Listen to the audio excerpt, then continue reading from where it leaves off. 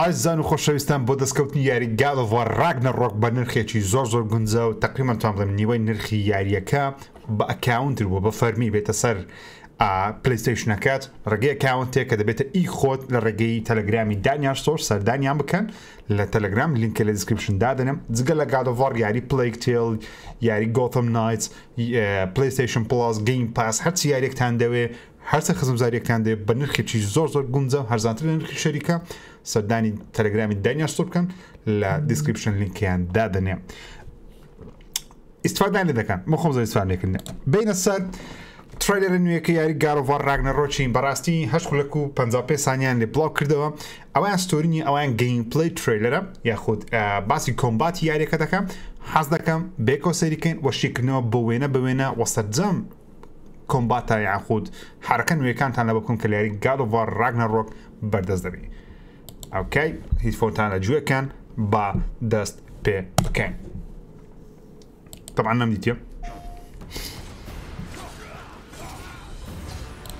سەرەتا یەکسەر بابە کواڵەتێکی فۆرکەی ئەسان دەکنە کوفۆرکەی دەکنم زەفۆرکەی باز مهم From a combat perspective, I always and I still feel like the meat and potatoes of any God of War game is combat. دەڵێ کۆمبات واتە شەڕکردن دەڵێ گۆشت و یاخود خۆراکی یاریەکانی گادۆڤاران لە بۆ من ئەوەیە کە لە دیڤەلۆپەرەکانی یاریەکەی ئۆکێ ئەوان هەموو گەیمپڵەی نوێنە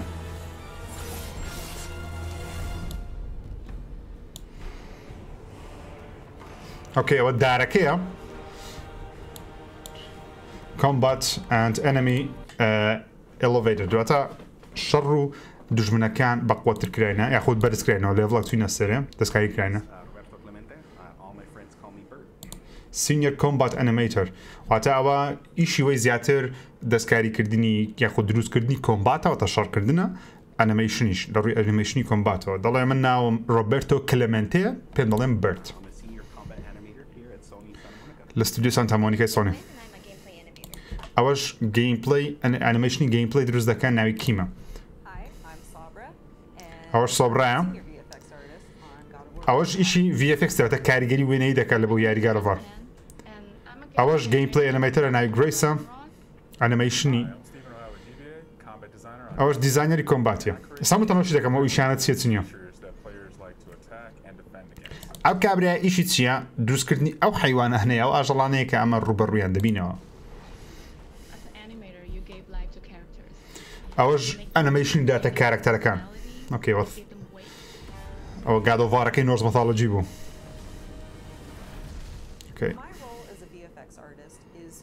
دەرکاری من وەکو کاریگەری وێنەیە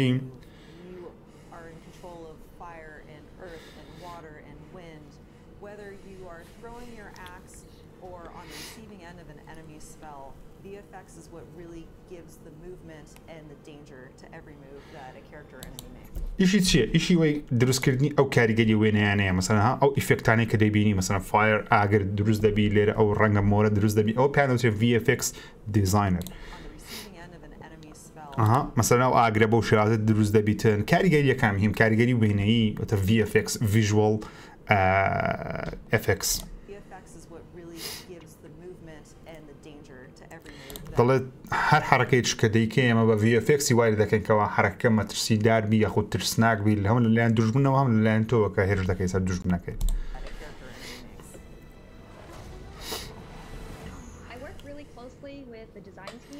ئۆکێ گەیمپڵەیە نوێنە ئۆکێ بە زانینەوە چێنەوانە ئۆکێ ئەوانە مرۆڤن تەماشا شکلیان کەی ئەوانە مرۆڤن واتە بوونەوەرەکان نینە پێم وابی ئەوە لە کنماڵی کریتۆسیە پێم وابی بە بەفردا پۆشرەوە ڕێکەش دیارە ماڵی کریتۆسیە تە ڕێڵنی میدگاردیە لەوانەیە ئەکەیت ڕێڵی میدگاردیە واتە ئەوانە لەوانەیە تاقمەکەی فۆری بن کاتێکە لە بیدایەتی یاریەکەی هێرش دەکەنە سەر کریتۆسی لەبەر لە ترێلەکەی بیدایەت بینیمان کەەوە سەرتا یاریەکەی ئەگەنی هەیە کریتۆس فۆ هێرش کات سەر کریتۆسی بەڵام شتێکم پێسەیرە ئەوڕێیان ئەگە تەماشایەکی پشتی کریتۆسی بکەن کریتۆس ئاکسەکانی لەکن نییە دوو ئاکسەکەی خۆی ئۆکەی لەکنی نییە بەتە سۆ سەرەتا یاریەکەیە بەس بۆ لەکنی نییە ئەو پرسیارە ئەوە ئیشیان چییە باڵتان شیکەمەوە ڕێن خۆشەویستم ئەوە جوڵەکان بەو دۆتانە بەو نقطانە جوڵەکان تۆمار دەکەن ئەو نقطانە دەبنە هێڵی کۆمپیوتەری لە ناو کۆمپیوتەر ئەو جوڵانە تۆمار دەکرێت کە دەجوڵێن ئەوان دەکەن کۆپێستێکی دەکەن ئەو جوڵانەکە لە کۆمپیوتەر تۆمار کرا دەیدەنە سەر دوژمنەکان ئەو جوڵانە وەردەگرن و دەیدەنە سەر کارتەکان لە پشتۆ دەیبینن کاتەکە ئەوانە دەجوڵێن لە پشتۆ دەجوڵێن ئیشی کامیرەشە بەڕاستی چکەوانە کە دەجوڵێن کامێرە تۆماری بکە لەبەرەوەی لەو ئەنگڵەوە دەبی بدەنەوە سەر دوژمنەکان بۆ نا بەربوونەوە لە شوێنێکی بەرز و ئەوشتانە دەبینی کامێرەیەک لێرە وەریگرتێ کامێرەیەک لێرە وەردەگری کامێرەیەک لێرە ئۆکێ ئەوەش نوێیە دەبینین کریتۆس سواری ئەوەکەی دەبیتن ئاسکەکەی دەبی ئەگەر بێت و پاوەەکەی فولکەی پێدەچی لە بیداتەوە کریتۆس ئەوەی ئەسە لێرە کریتۆس دوو ئاکسەکەی پێ بەڵام لە میدگاردی کریتۆس دوو ئاکسەکەی پێ نییە کە زستانەکە دێ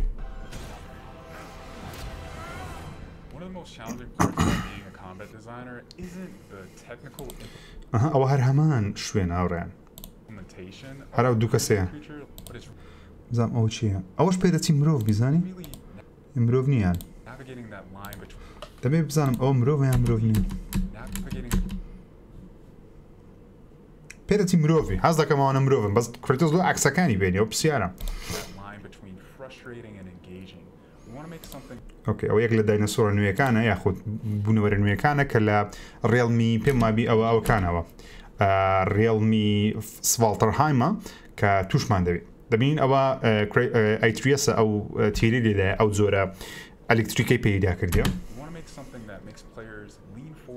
یان ئەلکتریکەی خۆیتی ئی خۆیتی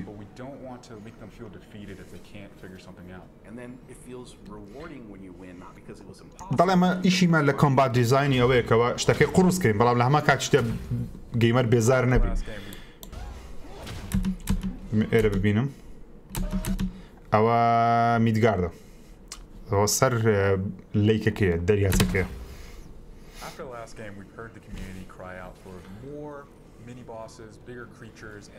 دەڵێت لە یاری ڕابردوو گەیمەران زۆر بە مەیانگۆکەوە مینی بۆسی دروستکەنەوەتە بۆسی گەورە و زەبەلەحنە نیوەی وان تا زۆر گەورە نەبە زۆر بچوش نەبن وەروەها ئەنەمی ڤەرایەتیوەتە جۆرا جۆری لە دوو جۆری دوژمنەکان وەحشەکان سۆ بەڕاستی بەش یەکەم جۆری دوژمنی زۆر نییە لە چاو یاریە زەخمەکانی ئێستا بەڵام لە هەمە کاتدا جوڵایان جیاوازە بەڵام شکلیان زۆر بێک دەچوو حرەکەشان زۆر بێک دەچوو بەڵام ئێستا دەڵێمە زیاتر ئیشمان لەسەر ئەو بابەتی کردێ ئەوە هەر ئەو دووەنە ئەوکێ ئەو دیوەنە نوێ بوو ئەو چێندەرە نازانم ئەوە هەر دەرگایەکیت ئەوە گادوڤارەکەی نۆرسیە تیەرە ئەوە شوێنی ئێڵڤەکانە ئەوە دەستنەوە ئەوەش هاوڕێنەوەوەیە نا ئەوە هەر شوێنی ئێڵفەکانە بەڵام پشتیتی چکە ئەو لایەمان نەدیتە پێشترێ لایەکەی دیکەمان بینی کە ئێڵفەکان هەردوو جۆری ئێڵف کە بە شەڕ دێن ئەو پشتەوەیتی چکە لایتەکە دیارە لە بیدایەتە ناوڕاستی بەشی یەکەمە پێم وابی دێنە ئێرکوانە دێنە ئەو لایتە دەکەینەوە بەڵام ئەو پشتەوەیتی کە نەماندیتە تاو کەس دەبینێت چکە ئەو جۆرە هەیکەلانەمان نبینیوە تیەریشمان لەگەڵە ئەوە هەر لە ئەلفایمە شوێنی ئەڵڤەکان ئەوە دارک ئەڵفەکان کە لە بەش یەکەمی شەڕمان لەگەڵیان کرد دەڵێ هەر دارک ئەڵفەکان کە لە بەش یەکەم شەڕمان لەگەڵیان کرد دەڵێ وەکو لایت ئەڵفەکان شەڕی دەکەن کە تا هێزە شەڕمان لەگەڵیان نەکردیان هێوەشتەی نوێمان پێنیشاندەن لەو جیهانەی don't have to think about the camera and how close combat is going to feel. We already have that knowledge, so we can build upon the close camera that we have. دەڵێ لەبەرەوەی کامێرەمان کلۆز کردیەوە زارە نزیکە لە کارکتەرەکەمان وەکو یاریەکانی دیکەی گادۆڤاری نییە ئەو شتەی فێربوون لە گادۆڤاری 2018 ئێستا ئەمە هێشتا ئەوەی دەبینە خطوەکی دیکە واتە هەز دەکەیتەوە کامێرە هێشتا باشتر کرایە کە پێم وایە باشترین زۆری کامێرە بۆ یاریێکی ئەکشنی سلاشەری وەکو گادۆڤاری 2018 بە بڕای من.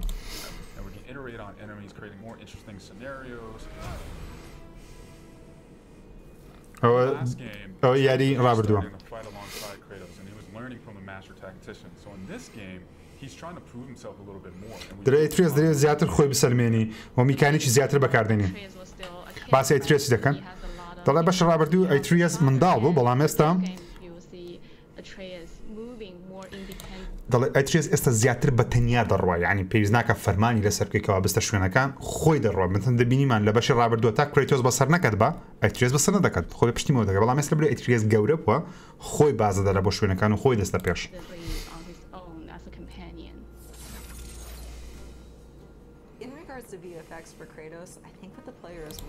ئەوەش هەر پێم وابی زۆر شوێنی نوێیان نیشان نەدایێت تا بکەسەوە واتە سپۆیل نییە ئەو گەیمپڵەیانە بەس پێم سەیرە لێکوانە ئەمە هەر لەبەر چ نازانم لۆ دوو ئاکسەکەی لەکردنە پێم وایە پەیوەندی بە تۆڕی وێ دەبی نابی نازانم ئێرە زۆر بە یۆتنهایمی ژەسی بەڵام هەر ئێلفایمە چکە منتیقی ئێلفەکان لەوری ئێلفەکان لێرەنە دیارە بە زۆری بەردش Ragnarok, we want to really make something bigger, make it stronger, make it more of a spectacle. You want them to be like, oh my gosh, I didn't know that the Blades of Chaos could get even better, but look at that. ئەو حرکەی تەواو نوێیە دەڵێ ئەمە بلێد ئۆف کەیاس واتە دوو ئاکسەکەمان زۆر بەقوتر کردی و هەستش پێ دەکەی کە بەقوتر کرایە ئەوە چیە ناو جەماعەتە بەس باتەم شایەتیان بکەین نازام چێنە ئەوە سپارتەلهایمە ئەوە زۆرترین شوێنەکە لە گارۆڤ ڕاگنەڕۆک تا ئێستا نیشان درێە چکە زۆر سەرەتا یاریەکەی سەردان و ئێرە دەکەی لەبەرەوەی ئەوە شوێنی قەزەمەکانە لێرە تیر شارد ئەوە کرایە حەبس کرایە تو دەستی ڕزگاری دەکەی بە هەسارەیەکی ئەدرێم هەسارە بە ڕێڵمەکی گازی دەچی دەرێک گڕۆپڵمان بە قۆتر کردی و نازارتر کردی گڕۆپڵ واتە کاتەکە شمشێرەکەی دەهاوێ و کارکتەکە لە بۆ خۆت ڕادەکێشی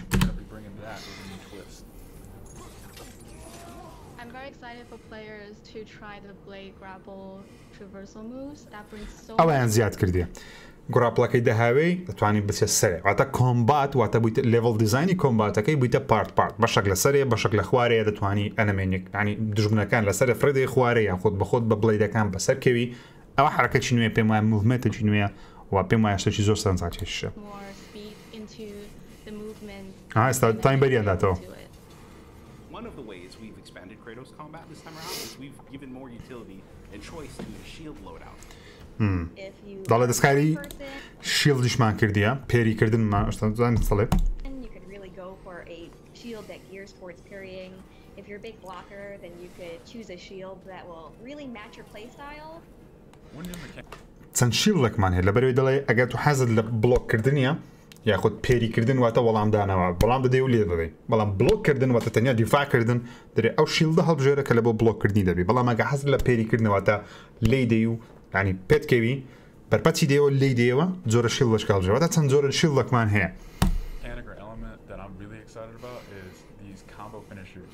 کۆمبۆ فینیشەرمانێ هاوڕێن یەکەم جار لە یاریگادۆڤاری کۆمبۆ فینیشەرمان هەبی بزانین چۆنە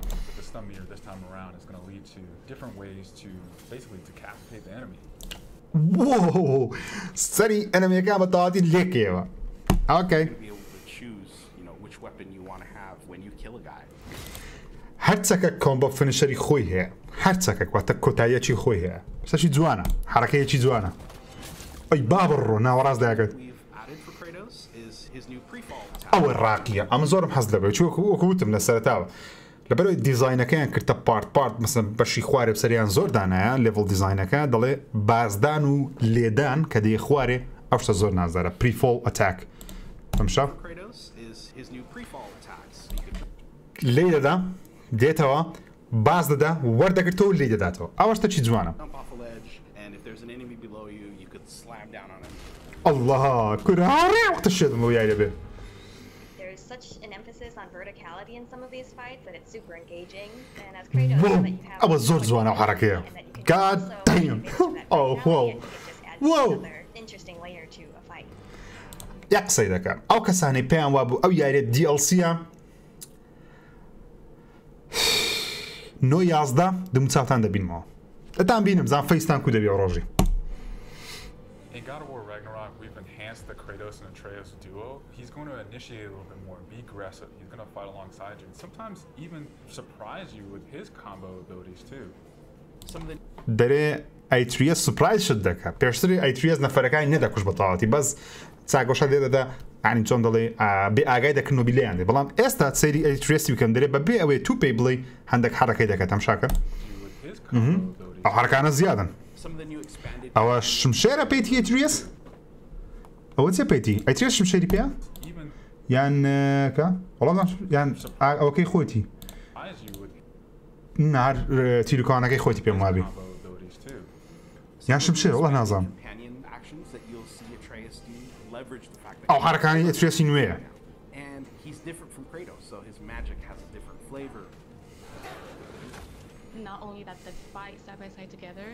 هەر بە تیرکانەکەی خۆی بەشاردێ player interaction moments, for example, like the puzzle systems and the set pieces, you definitely will see a lot more collaborations between father and son.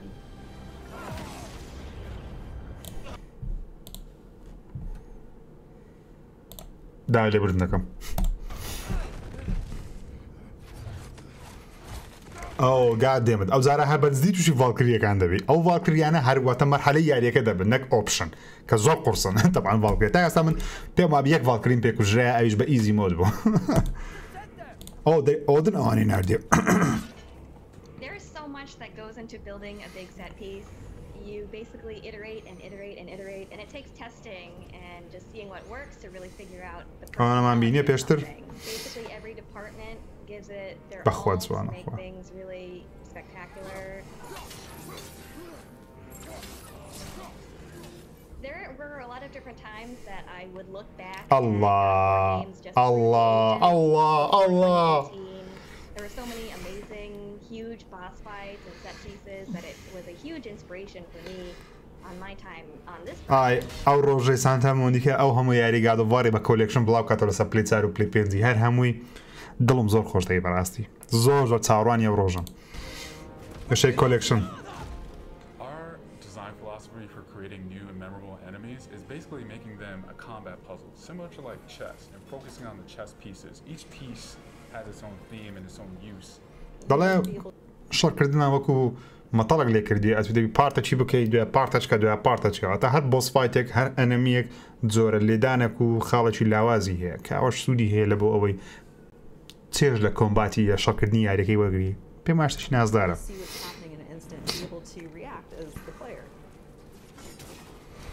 There's a couple of different ways that we go into making an attack very readable for the player. Sometimes we add a signature audio cue, or we'll add the different rings, such as what we did in the last game, that lets you know that this attack is unblockable. You need to down. دەڵێ هەندێک هێرش هەیە 100% پێت دەکرێت ئەگەر شیڵدیش دابنێ بۆیە دەڵێ بە دەنگ یان بە ڕەنگ پێت دەڵێنکەوە هەکە لە بەشی ڕابردوو پێم وابوو لێدانێکی سوور بوو خەتێکی سوور دەهاتکەوە ئەوە هەر پێت دەکەی لێ دەبی لاکەوێت درێ ئێستا بە دەنگ زیاتر پێت دەڵێنکەوە ئەو لێدانەی کە ئەو دژمنە دەیکە 100% پێت دەکەی بۆیە دەتوانانی خۆت لادەی باشترە لەوەی کە بلۆکێ لەبرێ بلۆککەت پێ ناکرێت ها ئەوە دەبی خۆت لادەی هەر پێت دەکەوێت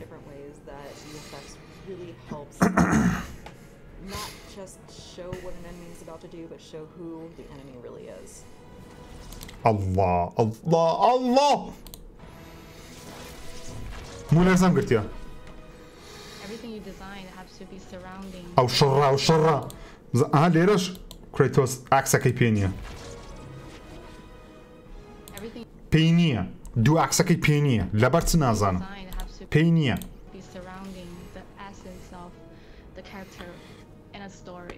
It's what makes it believable and memorable in the first place.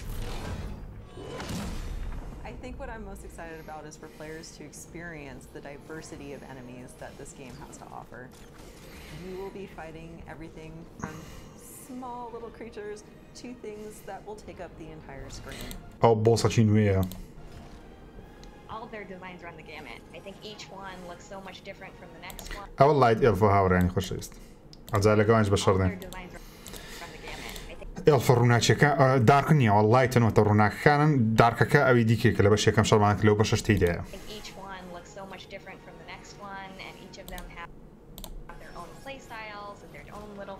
ئەو شتە پیسانە هەردێنەوە. And so I think if you are really into Norse mythology, you'll be very interested to see how Sony Santa Monica has taken some of these creatures and interpreted them for God of War. everything that goes into the game, there's emotion. والله ئیشیان کردێ بەز دی ئیشیان لە بۆ کردی هاوڕێیان چل سعات ئەمنە و یاریەم هەیە ئەڵڵا حەز دەکەم بە چ ڕۆژی تاوێکم ڕۆژ 1 ساعت بەس ناتان دەی بە 2 ڕۆژ تاوێکم گریانم دێ ئەبە یاریەی الله الله ئەو 9/11 نایە هاوڕێ 9/11 نایە بەڕاستی نایە زۆر چاوەڕوانی ئەو یاریە ماوڕێیانی خۆشەویستم یەکجار چاوەڕوانم هیوادارم سووتان لە شیکردنەوە سەقەت پەقەتەکەی مەگەری بەس ئەو شتانێکە فێر بووم هەوڵمدا پێتان بڵێم چاوتان ماز دەکەم هیوادارم سووتانە ڤیدیۆکەی بەگەر بیت کاتەکەم دەبێت لایک سبسکرایب لەبیر نەکەن تا ڤیدیۆ داهاتوو بەخوای گەورتان سپێنم خۆتان لەگەڵ